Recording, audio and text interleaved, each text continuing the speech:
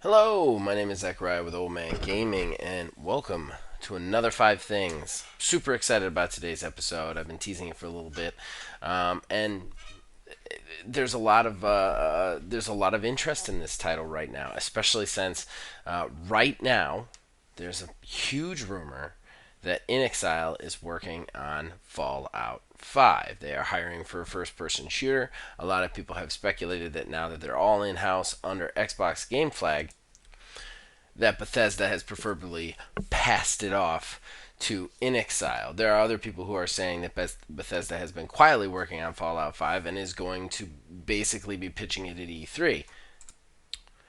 Personally, I think the former is a little bit less likely. But nonetheless, all of this speculation around it has definitely keyed us in to do today's video, which is 5 things we want to see in Fallout 5. Now, as usual, before we get into it, housekeeping. Number one, I have promised at all times that I will always read the comments from the last episode of 5 Things. No matter what they are, no matter how long ago it was, I will always read them. Last week we did 5 things you want to see in in the next Sonic the Hedgehog game. And honestly, only got one comment, but that comment was my buddy, co-hoster Neil, aka a Tiny Wizard, and he just says, "This one's gonna turn things around," says every Sonic fan, including myself, with every game announcement. Can't say I disagree. We are eternal optimists here in the Sonic the Hedgehog fan club. We've had a lot of terrible games, and everyone has looked really good, and we've said this is going to be the one that turns it around, and then it's not, and it's a bummer. But nonetheless, I am hoping again, Sonic Rangers is the one that turns it around, and we finally get that AAA Sonic that we've all been waiting for. Another thing, I was unable to actually capture footage of Fallout 4. So I kind of ripped some stock footage off the YouTube verse. So what you're seeing here is somebody I don't even know playing it. And I have just basically edited out all the ads and stuff, hopefully.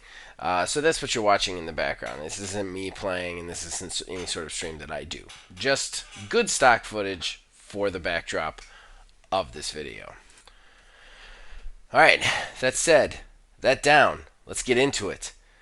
Let's do the 5 things we want to see in Fallout 5. It's interesting that the number actually fits the amount this time. Nonetheless, pushing ahead, number one. Oh, I almost forgot. Sorry, guys. I'm doing this very late and I'm a little bit tired. Bear with me. I almost forgot that these are not listed in any sort of priority order. It is basically however it comes falling out of my mouth and into the microphone is the order. So don't read anything into the one and the number behind the thing. So number one, let's do something a little bit more technical. Let's do limited character growth. And you're probably wondering what the hell I'm talking about. Well, in Fallout 4, there's no real cap to how many things you can get to leveling. You just keep leveling up, you just keep claiming more perks, you just keep adding to your character. Because of that, there's absolutely no stress on the build. With no stress on the build, I don't know. I'm not a huge fan of this, and I know that a lot of times there are choices in games where game producers make that choice so that you can experience everything with one character if you want to, such as Biomutant recently. However, Fallout 3 wasn't like this. You couldn't get everything. Because you couldn't get everything, there was a little bit more weight to the build. So the franchise, there's actually already like a little trail for the franchise there anyway. So that's what I want to see. I want to see like a cap to the amount you can build in, and give us freedom, give us versatility, give us the ability to respec the character whenever we want, so that we can do it. But give us that ability to have a build, to have a playstyle, instead of just slowly maxing out your character to God. I mean, honestly, when you're looking at the perks and you're looking at the skills in Fallout 4, there's less consequence to it because you're thinking to yourself, I'm going to get these eventually, so what does it matter what I put it into now? I don't want that. I want there to be a hard decision between which way I'm going. If I'm building out a stealth character, I want to have to build him stealth. If I'm building out a shooter, I want to have to build him out shooting. And how I play the game should dictate how my skills are, not just eventually I'm going to be great at everything. Number 2, non-combat depth. Okay, so Fallout 4 is a good game. I'm not going to say it's not. I played a lot of it, and I put a lot of hours in, and I honestly liked it a little bit better than Fallout 3, though the critics did not agree with me. Nonetheless, the one thing that Fallout 4 is missing is non-combat depth. And what I'm talking about isn't necessarily the ability to have a passive run, but there is no real conversational depth. You get a couple of options, and one or two options based on perks, but for the most part, your intelligence, your charisma, your wisdom, they're all some other form of how you fight. Everything kind of comes back into fighting in Fallout 4, whereas a true role-playing game experience has the ability to not fight, or even to fight in different ways. With Fallout 4, you could do a melee build, or you could do a shooting build, or whatever, but you ended up kind of just doing that build and going in and doing that thing.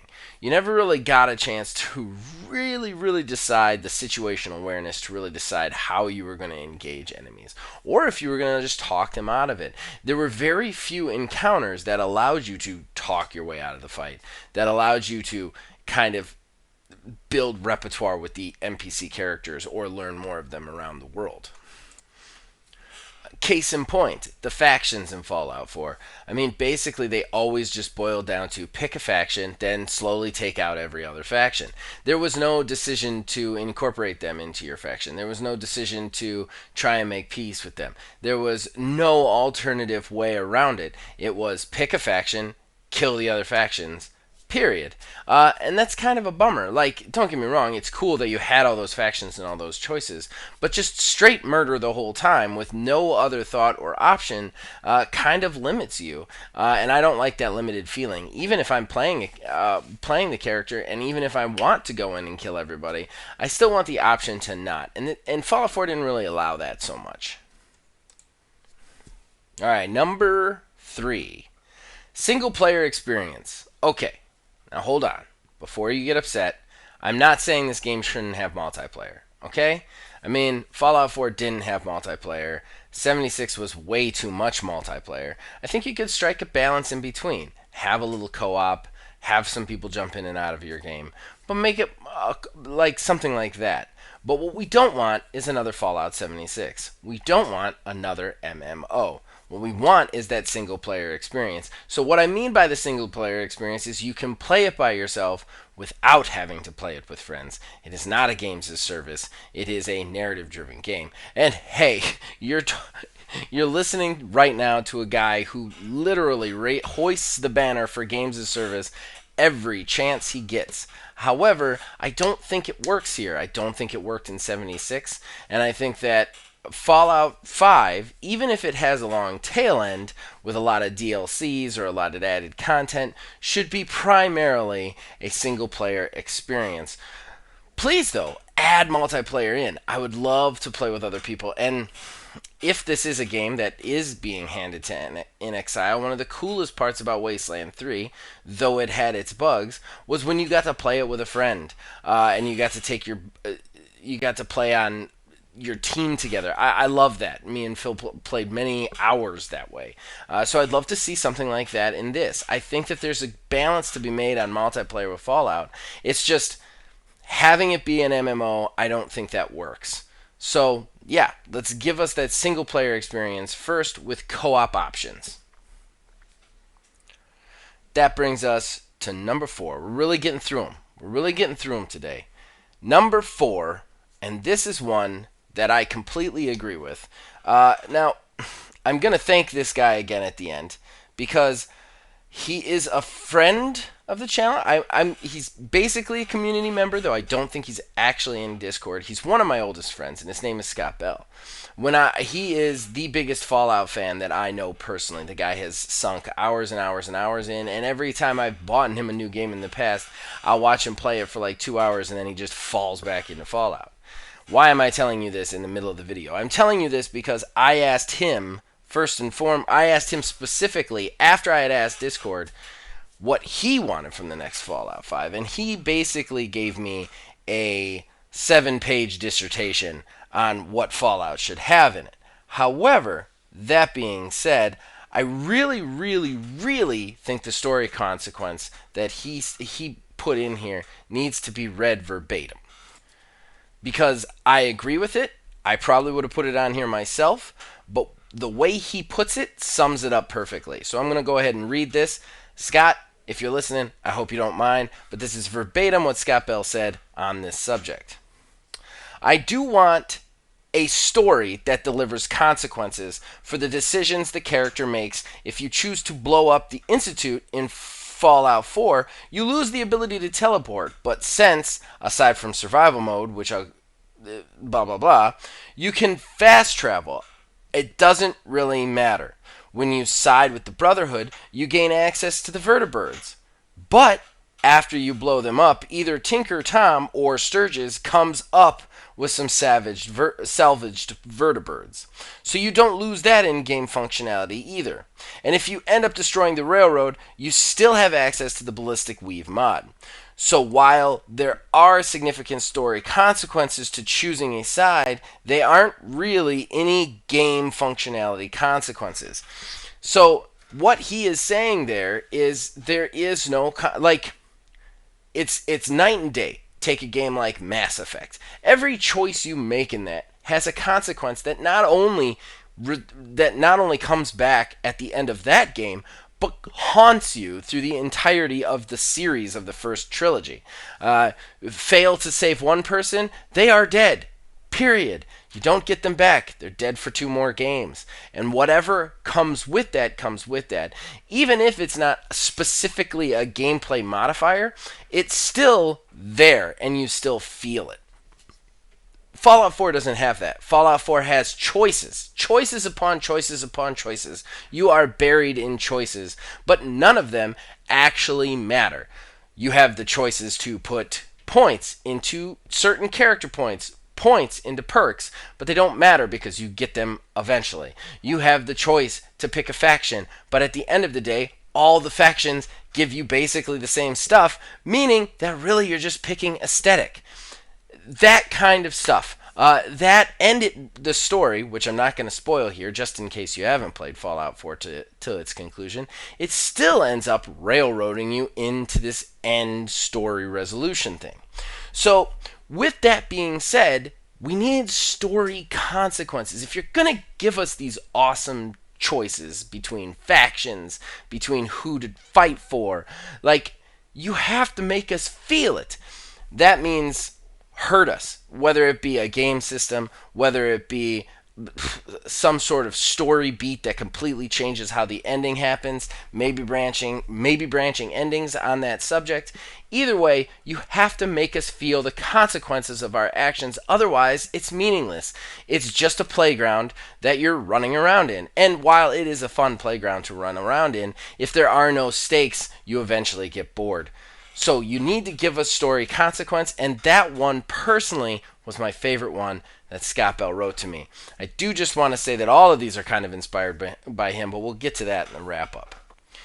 So that brings us to number 5, and this is the only one that wasn't directly inspired by Scott. This is coming directly from me, and this is something I want to see based solely on the belief that I have that In Exile is the ones making the next Fallout game.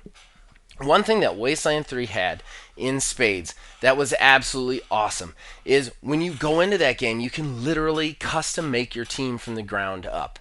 Every team member. It's a turn-based strategy game, but while you can collect characters, the minute you collect them, you can just jump them out for one of your pre-made character teams, and you can just keep doing that.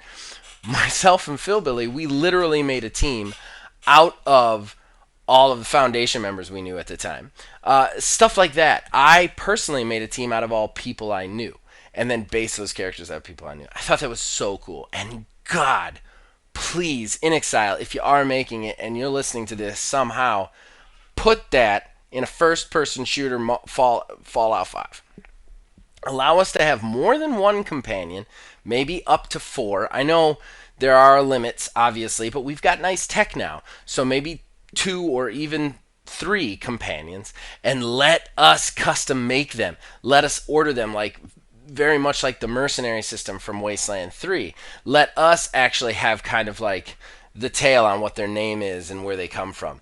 That would be so much fun in Fallout 5. Just absolutely so cool. And it would give you this kind of purchase over the story that really makes it cool. And I'll go even further with the companions. Make permadeath a thing, much like in Skyrim, an old school Skyrim. Like, they didn't do it in Fallout 4. You could always just kind of like resurrect them, if I recall correctly. I might be wrong on that. They might have actually died. But still, in Skyrim, when you lost a companion, they were dead, period, forever. So have the companions die. Then you would even have story you would even be it would be a mechanic that would be giving you story consequence without any actual story added to the game. You would have players creating characters that they get attached to, and then when they die in the game because of the player's choice, that makes the player rethink how they did things, how they acted. Stuff like that could be so cool and is one of the coolest things about Wasteland 3. If I were to go back and redo that review, the one thing that I would add to it is the fact that it actually really makes you feel attached to your characters because they're all embodiments of you. So that's what I want to see in Fallout 5. And that's it for this video. I do want to say one more time, just like I said I was going to, special thanks to Scott Bell, my oldest friend. Like I said, he wrote a 7-page, basically, thesis statement on what Fallout 5 should have based on his experience, and I tried to refine it down and kind of pick out the best ones. So I hope it did you justice there, Scott. I hope you enjoyed this video, and I hope everybody else enjoyed this video. I don't know what we're going to do for 5 things next week. We might take a week off because we have been going strong for a while now, and I'm starting to run a little bit dry on ideas. But nonetheless, whatever happens, you can check out everything the channel has to offer. We post a video just about every week, and you can talk to us on Facebook at OldManGamingDH, on Twitter at OldManGaming9. You can join our Discord. Links in the description below. And please, comment below. Let me know. Did I get it right? Did I get it wrong? Is there something that should be on this list that I didn't talk about? Love to hear from you.